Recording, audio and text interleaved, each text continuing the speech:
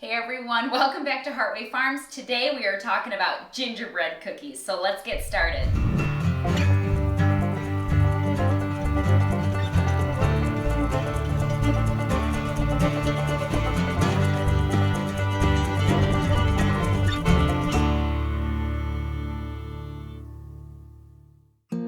Alright, we are on day 7 of our 7 days, 7 holiday recipes, and we hope you guys have been enjoying it. It's been fun sharing all of these recipes with you guys, and the holidays are right around the corner. I want to remind you guys to get on to heartwayfarms.com. We have a bunch of different things that you guys can check out. We have beautiful handmade crocheted items and soap and lip balm.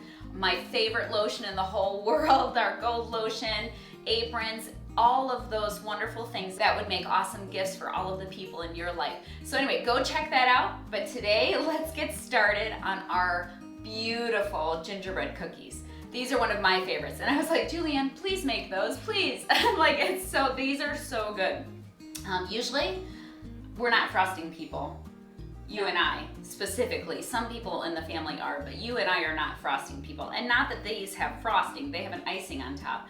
But I love these cookies, this icing recipe, and they're just beautiful. So they take a little bit of time, but they are a family favorite. So let's get started. What are we gonna do first, Jules? Okay, so first thing we're going to need to do, I have melted 3/4 cup of butter. I'm just going to put that into my KitchenAid. Which makes everything better, we know that.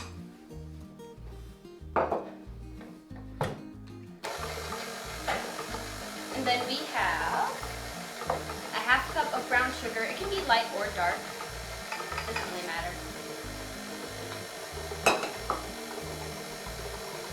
1/2 cup of molasses, which make these amazing and dark and beautiful brown. Scrape that.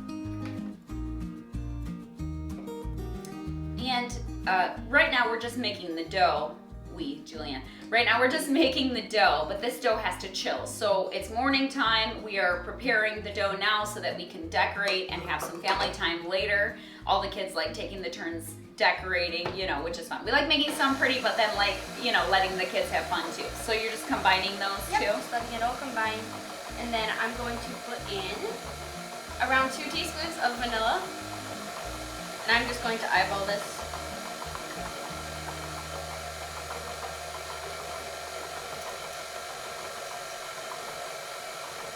The smells already right here. I know it's not smell-o-vision, but all of these spices are just filling the air already. So when these are cooking or baking in your house, they just fill the house with beautiful, beautiful smells. I have 1 egg.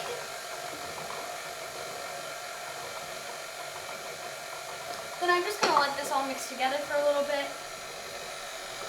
Gonna scrape down the sides, make sure it all gets combined nicely.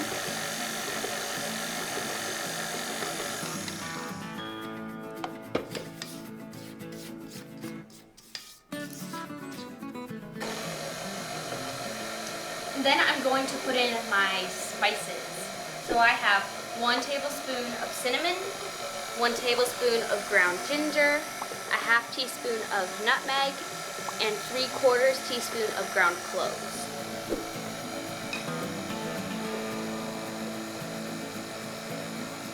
Then I have 3/4 teaspoon of baking soda and a 1/2 teaspoon of salt.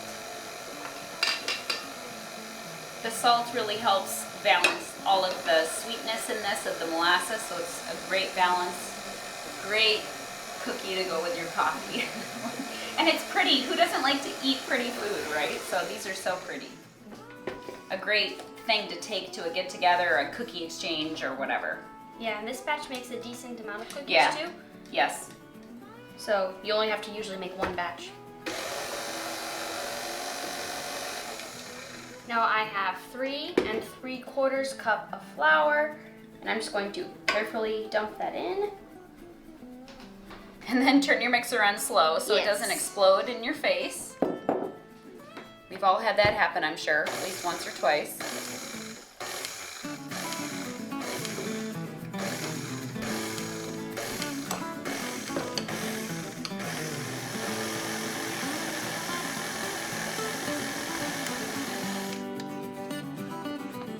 Ooh. Scrape down my sides.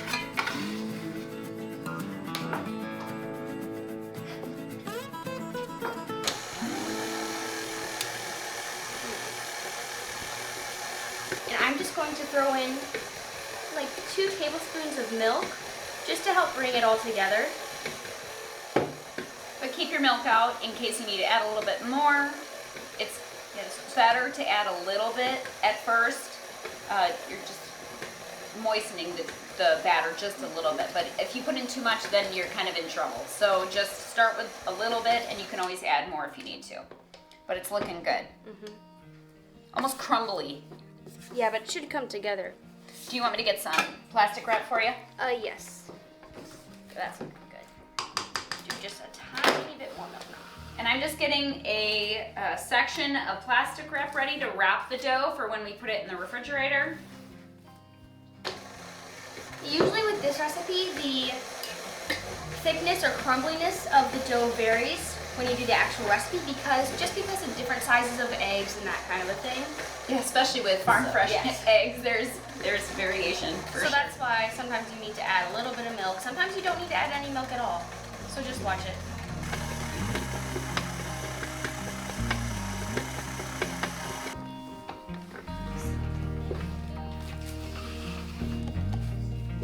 Okay, the dough is all combined. What are we doing now? I'm just turning it over onto the table so I can divide it into 2 and kind of mold it. So you can see that milk made it into a nice combined, it's soft but firm.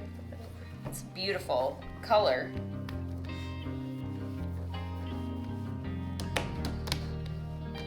So I'm just going to divide this into 2. And I'm going to shape them into little rounds, little discs. I'm just the assistant here. Now I'll definitely need more help when it comes to decorating. The kids all enjoy decorating these. And these are actually good cookies, and we're gonna show this too. If you ever wanna turn it into a decoration to hang up or something too. These gingerbread are houses. Gingerbread houses. Oh, Jules, okay. Now, she's not showing a how-to on how to do it, but she made, yesterday she made some beautiful gingerbread houses with this dough. We'll talk about that more later when we're making the cookies. But they turned out so beautifully, and yeah, we'll have to show you guys all of that. Then I'm just going to wrap each of these with plastic wrap. Is that sufficient? Yeah. Okay. And then we're gonna go let these chill in the fridge anywhere from 2 to 6 hours. You can pull it out anytime in between 2 to 6 hours. All right, so we'll check back with you guys when this dough is nice and chilled.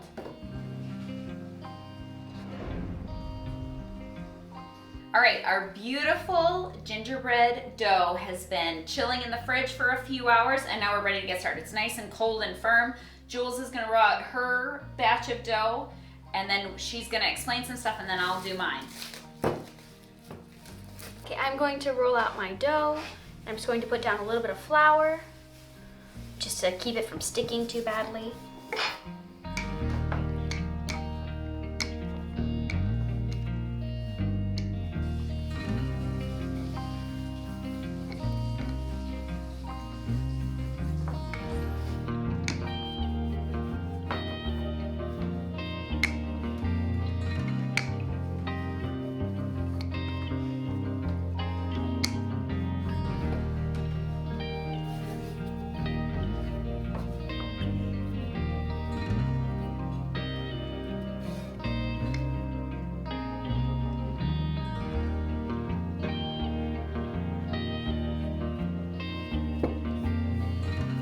Okay, so I've rolled out my dough. It is around a 1/4 inch thick. And then I'm going to take my cookie cutters. And I have snowflakes, a gingerbread man, a round cutter. You can use really whatever one you'd like. And I'm sure people are gonna ask where, I don't remember where I got these. Were these from Walmart or Amazon? These are, actually it might be Walmart. I'm not sure. Walmart or Amazon. I'll try to find the link, guys. But I'm sure they have them on Amazon. But I think I found this. Yeah, this was Walmart, I'm pretty sure. Because I looked online and I couldn't find them. So you're just you're gonna have to roll this dough out again, but this is what happens with cutouts. Any of you guys who have made cutouts, you get, you know, as close as you can. And I'm just going to put them on a pan lined with parchment paper. And I have already preheated my oven to 350 degrees. So I'm letting that heat up while I am rolling these out.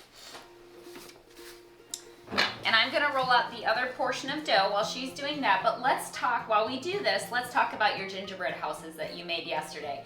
They turned out so well. So tell me the process, what did you do? So really, all the process is the same until right about now when I'm rolling out the dough. And the only thing I do really different is I made my own templates and then cut out the shapes and then baked them. And I glued them all together with a royal meringue frosting. So like it's made with egg whites and powdered sugar and vanilla. So you did what we're doing now. Yep. We rolled out the dough, and then you you put your little cutouts. I'll show you guys those in a minute. She made her own little template, and then put them on here and cut them out, and then she baked them. And with the cookies, you want the cookies to taste really good. So you're gonna cook the cookies for a certain amount of time, but when you're doing your gingerbread pieces, you want that to be stiff and not to be falling apart at all. Do you wanna show me your little templates? Yeah, here's these. So all I did was I placed them on the dough, like this is a wall template, and then I cut around and then pull out the piece, put it here, and then did the same with all of my different pieces. So like this is a chimney piece, then that's for another wall, roof. So yeah, I actually just made this template because I couldn't find one that was printable that I liked. Yeah, you can find ones online that lay it all out for you, but she just wanted to throw together her own because she had her cute idea. So you cut out the pieces, baked the pieces, let them cool 100%, made your frosting, or your glue. And after she did that, then she started to assemble. And her and Marie did some too. They assembled a cute little town. It turned out so cute. So cute, it's up for display in our house here, just for something fun to look at. And the cat is very interested in our gingerbread house. So we have to watch them. Needless to say, we're not gonna be eating them, or just for decoration, so. But I thought it turned out real cute. So you guys can use this exact recipe, this dough recipe, to make your own homemade gingerbread houses if you want. We always do that. It's a little bit one of our little traditions that we do at this time of year. The kids assemble their own gingerbread houses, but we use graham crackers. And soon we're gonna be sharing that video with all of you. So you guys can see what some fun little crafts that we're gonna be doing. And Jesse wants some dough. This is happening over on the side. He's like harassing us over there for dough. I was asking you, can I help? Not yet. Soon you're gonna help. Yeah. I can help. Soon you guys are gonna help for sure. I want So you guys are watching what Julianne's doing. She did her cutouts, and now she collected the rest of her dough, and you're gonna repeat. Re-roll it out. Repeat the process. Can I have the rolling pin? Yes. And then I'll need it back because I still have to get mine a little thinner. So you don't want to get it too paper thin, otherwise it won't hold all of it. It's mostly crunchy, but it does have some chewiness, and if you keep it a little thick, it helps keep the chewiness. Okay, this is why I like these cookies. It's because the outside has a tiny crunch, but the minute you bite into it, it's like soft and chewy, and all the spices just are so good and so warm. And so that's why it's made, because I don't like crunchy cookies. We talked about this in some of our other recipes. I think not a crunchy cookie kind of girl, but these just the outside. So you just want to bake them long enough to be sturdy. The kids wanted you to do a big one, huh? Yeah. I'm just doing a snowflake inside of a circle. All right, Jessie, do you want to come help Mama? You want to come help Mama now? Yeah, you're gonna help me do cutouts. Does this look pretty good to you? Yeah, that's good. Thickness? Oh, Okay, yeah. which one do you want to do for I cutouts? want to do the big one. The big one? Oh, one big one. I know. Here, right here in the center, and you don't want to get the crack. Okay, gently push down. Here, let's put your dough down. This is a perfect cookie to make with kiddos. All right, which other ones do you want to do? go ahead. Do it as close to this one as you can. Yeah, with a little bit of a gap. There you go. Okay, push down real hard and you kind of do a little twisting. Okay? If you do that, it'll pull it off, not break it. It'll break it apart from the big part. And then we can put this on our pan. Okay, which one do you want to do next? Here, first we can get your big, do you want to do a cutout in the middle of this one? No. You just want a big one today. You want like a big ornament looking thing. Okay, go ahead. How's the batter taste, Jules? Good. The dough. We are dough and batter people here. Okay, good. Which one is next? This pan is full and I'm going to put it in the oven at 350 degrees for anywhere from 8 to 12 minutes.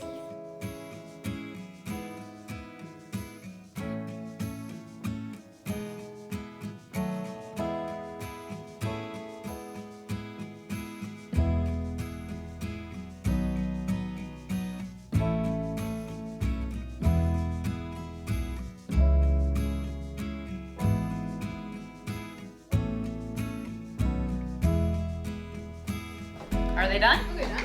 Well, they look really good and chewy. All right, the first batch of gingerbread cookies came out of the oven and they smell and look perfect. They look pillowy and delicious. How long did you do on this batch? Those were just 8 minutes. Solid 8 minutes. We're keeping eyes on the other batch. I'm just letting these sit on the pan for just a moment or two before I try to take them off. I don't want them to fall apart. I want them to be ready to be decorated when the time is right, but they look beautiful. So Jules is going to finish cutting out the rest of the cookies with the remaining dough that we have. And then, yeah, we're gonna let everything bake, cool really well, and then we'll show you guys how to make the royal icing for decoration on top.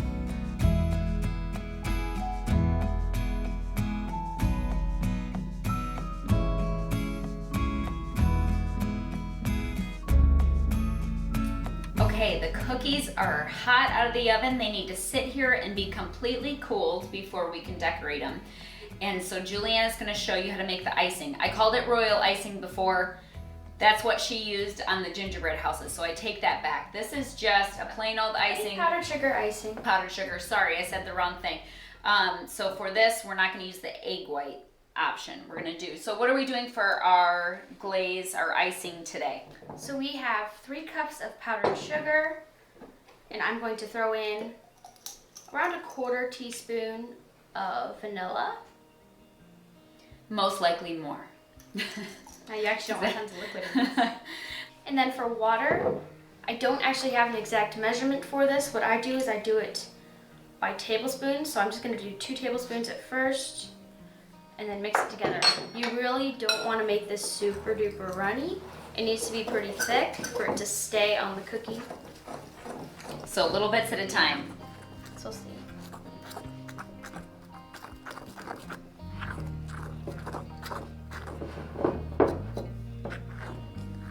You tell me if you want me to add. I think 1 tablespoon. So we're up to 3 tablespoons. 3 for now. Just dump it in.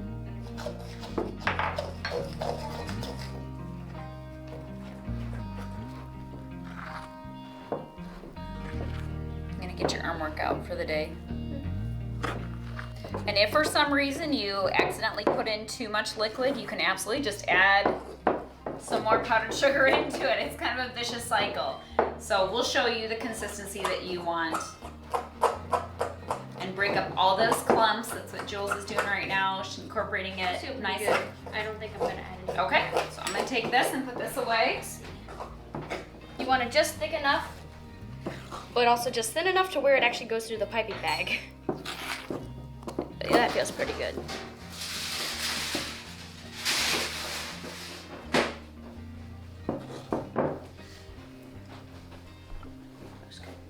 Yeah, it's nice and thick.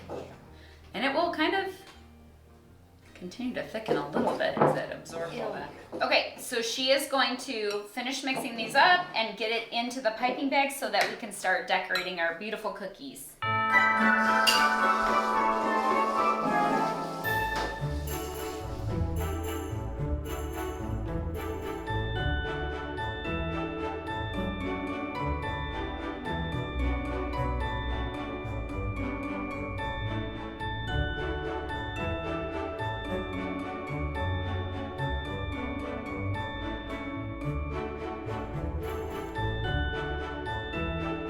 What are you making, Jesse?